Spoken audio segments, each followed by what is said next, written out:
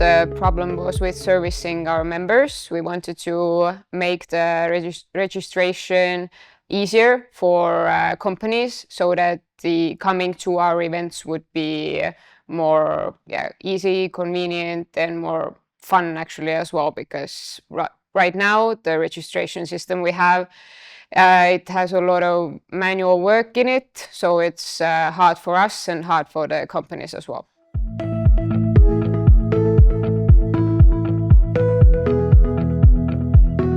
Well, I guess at first we had these big ideas that we wanted to do, but we understood pretty quickly that because the project was only a year, basically, even less time for actually developing something, then we had to set the focus and understand that we can't do anything at once, everything at once. So I guess that was the main understanding for us.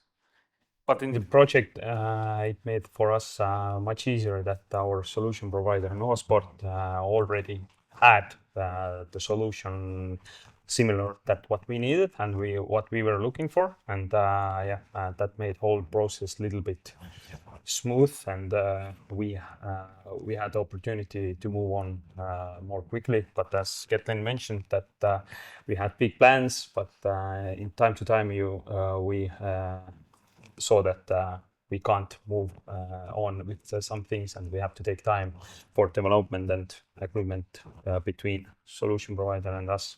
Yeah, Nova, right before the interview, actually said a good thing that if you want to, I don't know, add a button to the app or something, it actually takes a lot of time and money to develop it and to write it into the software. So I guess that was the main thing. We couldn't actually get that far with this half a year, but we learned a lot and got a lot of thoughts on how to proceed. So for us, one of the key learnings is that we work with universities, but also with the corporate world.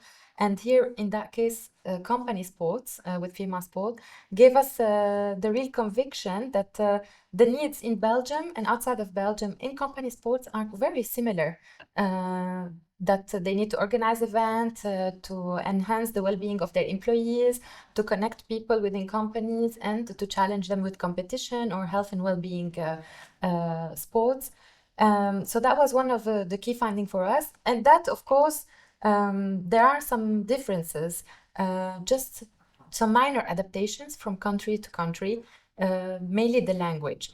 Today we have the app in 15 languages, European languages, but of course there are minor adaptations to each market, but that was one of the main learnings.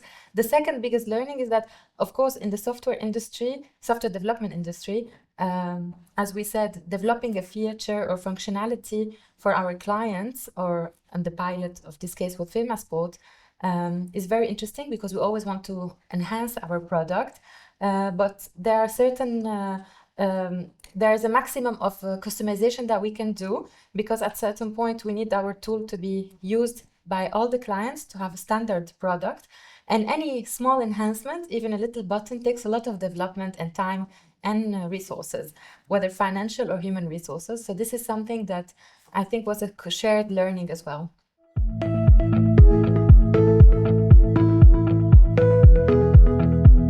Yeah, maybe I'll start. I also met all of the parties in January. And I think one of the clear findings was that a lot of the grassroots sports, not just Firmasport, but the others, were trying to tackle a lot of issues all at once, and that sort of digital solutions don't normally really exist. So with Firmasport, I think we were discussing and debating on what is the main key issue or problem or challenge they're facing that we can then focus on and try to find a solution provider.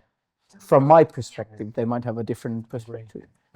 I think that then as our solution was already existent, we give access to the feature of registration and the championship tool. They did a test with their core team internally, and also test with 2 companies from your client base, right? in Estonia. So that was the key milestone of piloting with two existing companies. Yeah, I can say the second milestone for us was to learn the existing platform by ourselves in our team, that we can think about the next steps, what we can do and what we're going to implement. And after that, the third one was to test it with our partners manually inside. We had to describe for them how this app works, what it is, what it's meant for, and how we are going to implement for our work and our events. So yeah, these were maybe the three main milestones.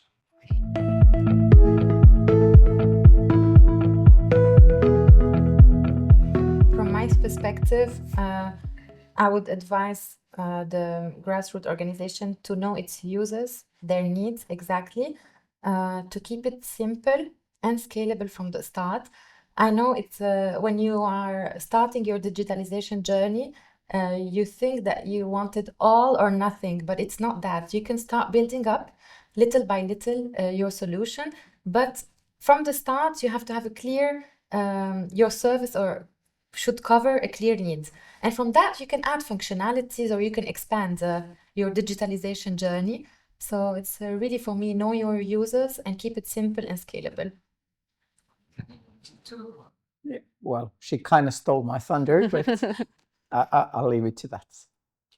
Yeah, for me, maybe I would advise, and also I would want it that we would have had a bit more time, and actually not like, I don't know, 2 years or something, but with this half a year that we could have put more effort to it. But because Siim does a lot of other things, I do a lot of other things, and maybe if we could have I don't know, focused more only on the Digifit project, then the outcome would be quicker and maybe better as well.